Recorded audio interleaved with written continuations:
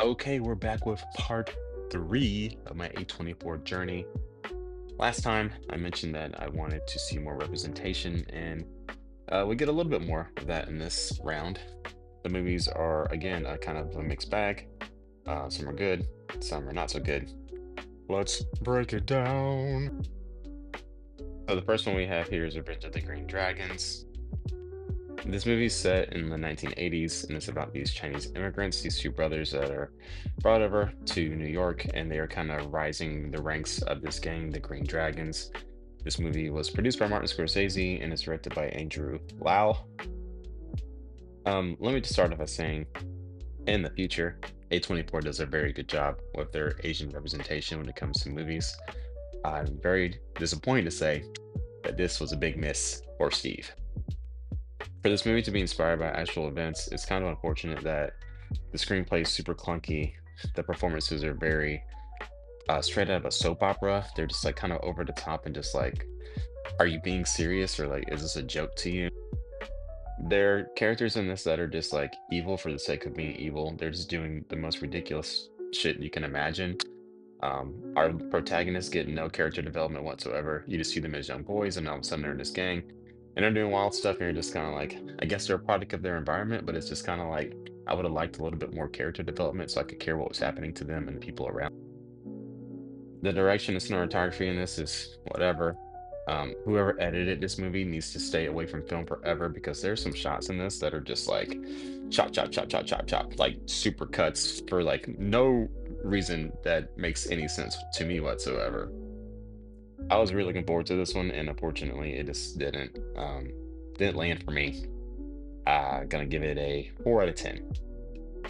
Next up, we have The Captive with our boy Deadpool here, Ryan Reynolds, trying to be serious. And I'm sorry, Ryan, I can't take you serious in anything because every time I see your face, I just want to laugh. His performance isn't bad per se, but it's just like you're kind of typecast in as the funny guy. So I don't know. His acting chops are not bad. He's fine in this. Rosario Dawson's also in this. She's fine. Um, I don't know, man. The plot of this movie is basically centered around his daughter gets kidnapped, and then it's kind of told in a non-linear fashion as you're trying to figure out A, who took her, B, where she's at, and C, like what's the overall like conspiracy kind of happening around the rest of the movie. Um, it just doesn't work for me. It's very clunky. This is a trope that a lot of directors try and use, and you have to be very careful with it because either it builds intrigue and you care about what's happening, or it's like this and like you just don't because none of the characters are interesting. The screenplay is boring. The movie's just boring. If I had to say one thing about it, it's boring. And there's nothing worse than a boring movie. Hollow and boring is what I'd declare this movie as. Um, Gonna give it a 3. Don't watch this one, it's not very good. Next up was A Most Violent Year. This movie actually was pretty decent. We got our boy Oscar Isaac here, and I believe Jessica Chastain plays his wife. Oscar is playing this dude, Abel, who kind of runs his own like oil refinery business or something like that. I'm not really entirely sure. And like he kind of watches this movie set in the 80s in New York, and it's not as violent as the title make it seem. Like it's definitely violent, but the entire time I was watching it, I was like, I feel like the title's a bit misleading. It's violent, but like I've seen more violent stuff. Anyway, you're following Abel around as he tries to like fight for his business and protect his family as his, enemies are kind of trying to take over his side of the business. Oscar Isaac is cooking in this. He's really great. The direction is solid. The screenplay is good. The cinematography is good. Pretty good needle drops in this as well. This story is very focused and contained, so it makes it easy to follow along. Um, it builds to a pretty good third act. I like the ending of this as well. Everybody's cooking on all cylinders. This isn't gonna be like an oh my God, amazing movie, but it's worth a watch if you're into kind of like those period piece, like crime thriller, movies. I think it gets a solid 7 for me. It's a good movie, not great, but good and worth a watch. Son of a Gun, which is a Australian kind of crime thriller. Movie follows this kid, JR, who gets arrested, and then when he's in jail, Ewan kind of takes him under his wing and kind of like keeps him safe till he gets released. Once he's released, he actually comes back and breaks Ewan out of jail, and then they get involved in this big crime caper where they're trying to steal some gold. Things kind of go sideways, and you get a lot of like twists and turns in this. There's a really cool chess theme kind of running in the background, kind of student teacher happening as well, where you're not entirely sure what's happening to the third act. I thought that part, the crescendo to that was good, although there are some very like kind of stereotypical characters in this where, they're just kind of by the numbers, what you'd expect in a crime thriller movie, which is fine. It didn't bother me, but it is what it is. If you like crime thrillers, I think this Australian joint's pretty decent. It's not gonna knock your socks off. It's pretty paint by the numbers crime thriller, but Ewan's having a good time. I was having a good time. I give it a solid 6 out of 10. Yeah. All right, next was While We're Young. It's a Noah Baumbach movie. If you've seen any of his movies, you're kind of in for. He's always writing about relationships. This one's no different. You had Ben Stiller and Naomi Watts. They're playing like an older couple, been married for a while. He's a documentary filmmaker. She's kind of like helping him edit and does her own thing as well. And then on the other side, you have Adam Driver and Amanda Seyfried, who are like a younger couple, kind of almost mirroring them, but a little different. And you kind of see like how they're interacting, the older folks kind of seeing themselves in the young couple and their relationship kind of like blossoming from there. I really like this movie. I thought the acting in it was great. Adam Driver's always good. Ben Stiller's always good.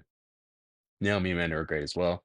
Uh, everybody that's here is, they're in their bag. They're not like breaking the mold or anything, but you know what you're getting when you see Adam Driver, Ben Stiller, or anything. Um, Ben Stiller's kind of having a moment too because of Severance, so it's nice to see him in something else. Overall, this is a nice like little slice of life movie. The third act um, was pretty interesting because I think it kind of mirrored what actually happened in this situation if it was in real life. So yeah, if you want to see something that's kind of like not really a rom-com, but it's got like a lot of feeling behind it, a lot of emotions involved in it, especially if you're like my age or older, I think you'd really like this movie. I give it a solid 7 out of 10. Next up is Cut Bank and cut it out of your life if it was on your list of movies to watch, because this movie was not good at all. I will say this, John Malkovich is in it, and it's always good to see him in something. But unfortunately, he's playing side role, so he's not in it very often. We are instead treated to the brilliance that is Liam Hemsworth, the discount Chris, the Timu version of the Hemsworth family. I just don't like this guy. He's very what can I say? He's just boring. He's very white bread. He's very like run of the mill. There's nothing special about him. I don't know why he's a lead in anything. I just don't get the appeal. Billy Bob Thornton's in this, kind of playing himself. This movie is um a Coen's brother wannabe. It's like they saw Fargo, like let's do that, but do it in the Midwest in like in a location where it's more remote but not as cold. And it's just not very good. The writings, whatever, the plots centers around this scheme to make money quick that goes sideways. But you don't care. I was very bored watching this, which is unfortunate because a lot of the supporting cast I thought were good in other things. This was a miss for me. Don't watch this movie. I give it a 3 out of 10. Literally watch any other Coen's brother movie. It'll be a better. Even their worst joints are better than this. But we're finishing strong because Ex Machina is a certified banger. I've seen this movie at least 5 times. Saw it in IMAX last year with my partner. Still hits. So very good. So very, very.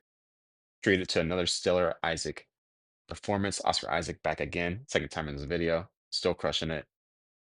Alex Garland's directorial debut just coming out the just kind of swinging, just fucking bah, bah, bah, bah, bah. This movie's firing on all cylinders.